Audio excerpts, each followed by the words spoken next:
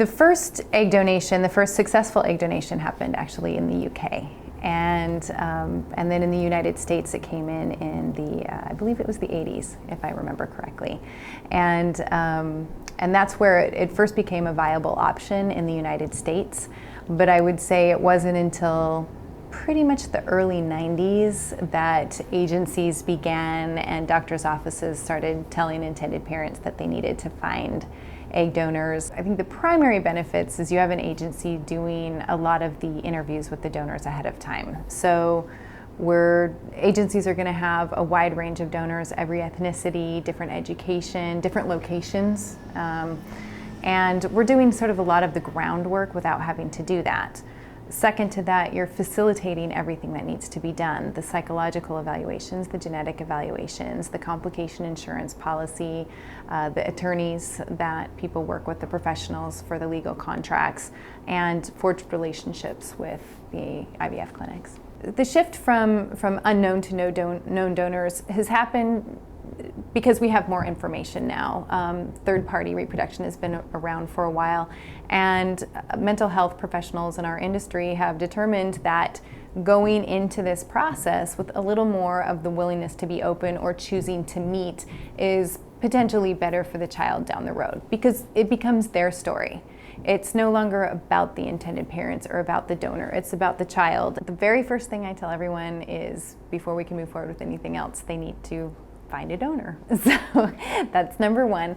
And my suggestions for that is find somebody that you like. That's really important, because going through it either creates a renewed sense of hope, or it creates a little bit more excitement if they read a donor profile and they feel like, this is somebody I like, this is also somebody that I could be friends with. And that's my first suggestion. Well, I think people get very caught up in, she's got brown eyes, but my family has blue eyes, and she has curly hair, and I really like her, but there's that curly hair thing, or her grandma has red hair, and I just don't want that to come out in the family. And people really get caught up on the things that, when they're holding their baby, aren't going to matter. Once they've narrowed their selection to a donor and she's agreed to move forward, the very next thing we do is send her information to the clinic. And if she's a previous donor, they would review her medical records. If she's a first-time donor, then they would just review her profile, her age, her health history, everything that we have at that point, to see if they would accept her. Then once the doctor agrees that this is a good candidate for them, the donor will go through a psychological and genetic evaluation. And the psychological evaluation includes, preferably, hopefully more and more agencies are doing this, a written evaluation to test for anything that we should, like borderline personality disorders, bipolar disorder, or any issues that seem to be very obvious and prevalent. And second to that, they meet with a psychologist who will go over the process of the egg donation, how they might feel in the future, how they're going to feel during it, making sure they understand everything that's going to affect them before, during, and after the process. But our initial criteria as an agency is their medical history. That's number one. You can have a supermodel, Division I athlete that graduated from, Stanford.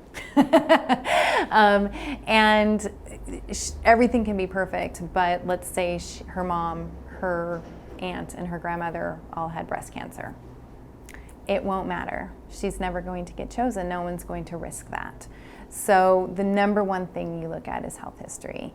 The number two is availability and responsibility. So do they have a car? Do they have the flexibility, or at least willingness to make all of those appointments, to make it a priority during that time? The primary motive for egg donors, I think, is it's not a black and white. There's not a black and white answer to that. I think it's a little bit more complicated, because there's certainly financial incentive, and the fact that the United States is one of the few countries, very few countries, that allows egg donors to be paid And the countries that don't, they don't really, there's long waiting lists for donors, and there's not big, long lines for people doing this.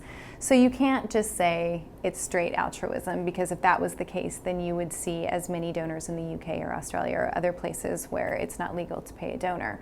I think the number one misconception of donors is that they're young, vulnerable women being taken advantage of, and that their fertility is forever going to be affected, and they're going to end up in the hospital. And you see some like exploitation or various other venues where people are essentially making people like myself out as madams taking advantage of young, vulnerable girls, without really considering or thinking of the fact that I was that young girl, and to this day still consider my egg donations the best thing I've ever done in my entire life. There's nothing else I can compare it to, because there are now children in this world who have loving families who never would have had that opportunity because of me. I would say that for egg donors, and probably surrogates as well, one of the reasons we're getting more of a response specifically asking to work with gay dads is